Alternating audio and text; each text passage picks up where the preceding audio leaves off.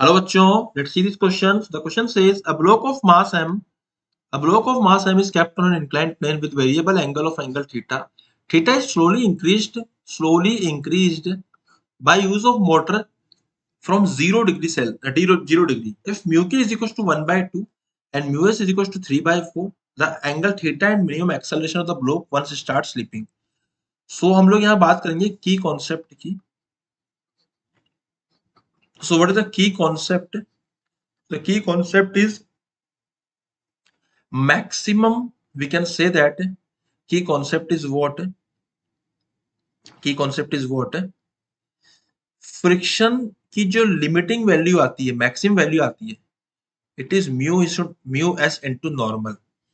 Okay, ये इसकी maximum value है. एंड काइनेटिक फ्रिक्शन की जो वैल्यू आती है, इट इज म्यू के इनटू नॉर्मल.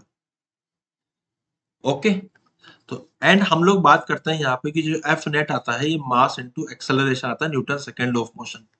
इसी को यूज करते हुए इस क्वेश्चन को हम सोल्व करेंगे बच्चों. तो यहाँ पे हमारे पास में एक इंक्लाइंड प्लेन है एंड ये आएगा हमारा थीटा. तो ये हो जाएगा मास एम, है ना, और यहाँ पे एंगल थीटा है. तो अब हमसे बोला जा रहा है कि किस एंगल पे बैलेंस कर जाएगा. तो बेसिकली यहाँ पे जो है फोर्स लगेगा एम जी की वजह से, उसका कॉम्पोनेंट आएगा M G sine theta and इधर आएगा हमारा M G cos theta. And this M G cos theta will be balanced by this normal. तो जो फ्रिक्शन की वैल्यू आएगी इस क्वेश्चन में, वो आएगी पीछे की तरफ. फ्रिक्शन पे लगेगा पीछे एंड यहाँ पे लग रहा था mg. इस mg के हमने दो कंपोनेंट करे थे. तो अभी हम लोग यहाँ पे क्या करने वाले हैं कि हमारा जो फ्रिक्शन की maximum value, this will be equal to what? mg sin theta. जब तक sin थीटा की वैल्यू, mg sin थीटा की वैल्यू फ्रिक्शन मैक्सिमम के बराबर नहीं हो जाएगी तो स्लिप नहीं करेगा. जब बराबर हो जाएगा उसके बाद स्लिप करना शुरू करेगा. What is the maximum value of friction?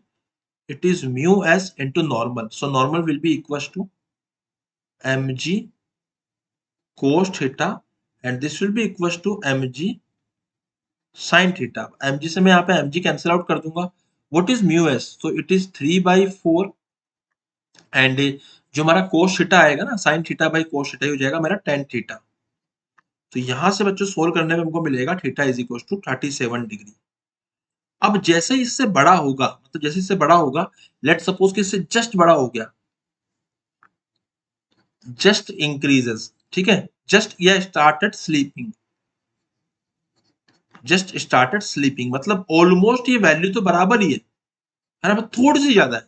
तो हम लोग क्या मान लेंगे कि इस कंडीशन में जो फ्रिक्शन लगेगा, now this friction will be kinetic.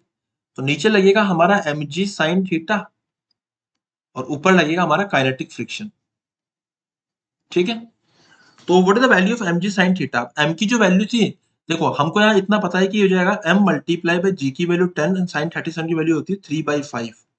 इसको सोल्व करने पे आएगा m इंटू 6. सिमिलरली जो काइनेटिक फ्रिक्शन आएगा वो म्यू के इंटू नॉर्मल आएगा.